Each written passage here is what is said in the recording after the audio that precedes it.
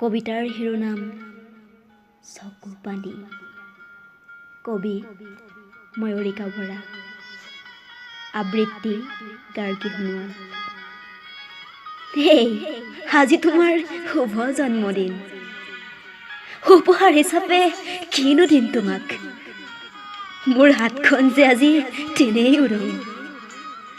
দুচকুৰ তপত অশ্ৰুৰ বাহিৰে মোৰ যে আজি একোৱেই নাই। নাভাবিবা তুমি, তোমাৰ ওচৰত মই ঋণী হ'ম বুলি। মোৰ দুচকুৰ অশ্ৰুখিনিক তুমিয়েই জানো উপহাৰ দিয়া নাছিলা? ঠিক মোৰ জন্মদিনৰ দিনাই। আজি মই তাৰেই ধাৰ উঠাইছো। আজিৰ পৰা প্ৰায় 2 বছৰ আগৰ সেই অভিশপ্ত দিনটো তোমাৰ বাৰু মনত আছেনে? তুমি যে হাতত এপাহ তেজ ৰঙা গোলাপ লৈ মোৰ সমীপলৈ আহিছিলা। আমাৰ প্ৰেম সম্পূৰ্ণয়ো 5 বছৰত ভৰি দিছিল ঠিক সেইদিনাই।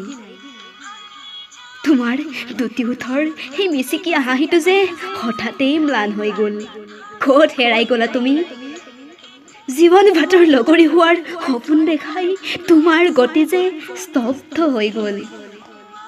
মোৰ সেই শুভ জন্মদিনটো তোমাৰ বাবে হৈ পৰিল অভিশপ্ত মৃত্যুৰ দিন। দুচকুৰ অস্ত্ৰেও যে স্মৃতিবোৰ আজি মোহাৰিব পৰা নাই, ধুই নিব পৰা নাই হৃদয়ত জ্বলি থকা সেই বিষাদিত জুইকুৰাক।